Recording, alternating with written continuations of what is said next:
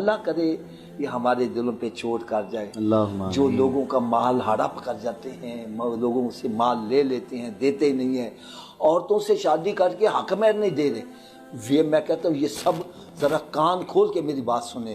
میرے آقا صلی اللہ علیہ وسلم نے ارشاد فرمایا، میرے صحابہ تمہارے نزدیک مفلس کون ہے، غریب کون ہے؟ عرض کرنے کا یاد جس کے پاس مال و دولت نہیں، ہم کہتے ہیں مفلس ہے۔ فرمایا آؤ آج میں تمہیں اس کا تعارف کرواؤں جو اللہ کے نزدیک مفلس ہے۔ اللہ اللہ وہ کون ہوگا؟ فرمایا قیامت کے روز ایک بندہ رب کی بارگاہ میں حاضر ہوگا اور اس کے پاس پہاڑوں کے برابر نیکیاں ہوں گی، اللہ اکبر، پہاڑوں کے برابر نیکیاں ہوں گی۔ اس کی نیکیوں کو دیکھ کر رب تعالیٰ فرمائے گا جا تو جنت میں چلا جا۔ اللہ اللہ، جب وہ جنت کی طرف جانے لگے گا آگے بیوی پکڑ لے گی، کدھر جا رہا ہے؟ اللہ جنت میں جانا۔ وہ کہ میرا حق میں دے کے جاؤ۔ اللہ،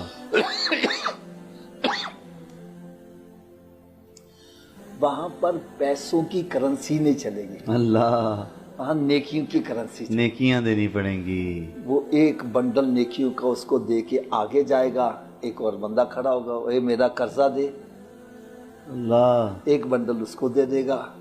آگے جائے گا، وہ کہے گا تو میری زمین پر قبضہ کیا تھا، اللہ اللہ، نکال میرا حق، اس کو دے دے گا۔ آگے جائے گا، اور تم نے مجھے تھپڑ مارا تھا، میرے ساتھ زیادتی کی تھی، میرا حق دے، اور نیکیاں اس کو دے دے گا، یہاں تک کہ اس کی ساری نیکیاں ختم ہو جائیں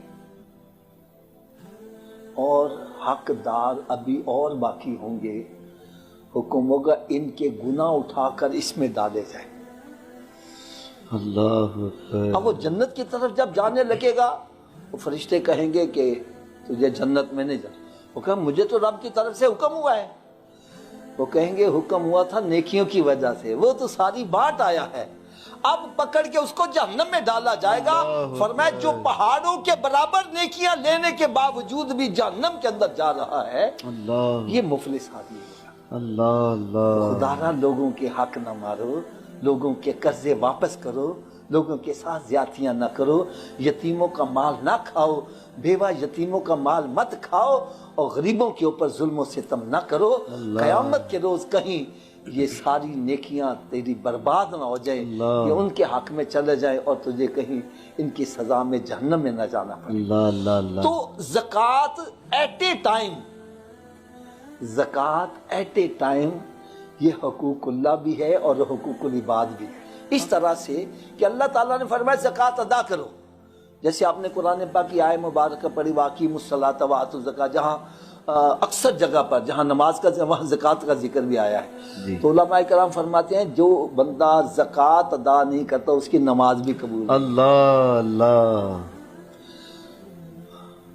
زکوٰۃ حقوق اللہ میں بھی شامل ہے، حقوق العباد میں بھی۔ اللہ اللہ، رب تعالیٰ نے فرمایا زکوٰۃ دو، یہ حقوق اللہ ہوگی، اللہ اور یہ حق ہے غریبوں کا۔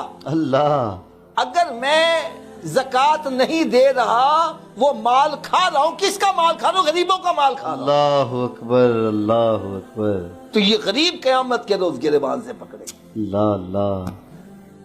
دین کی بات پھیلانا صدقہ جاریہ ہے، ثواب کی نیت سے ویڈیو کو شیئر ضرور کیجیے۔ جزاک اللہ۔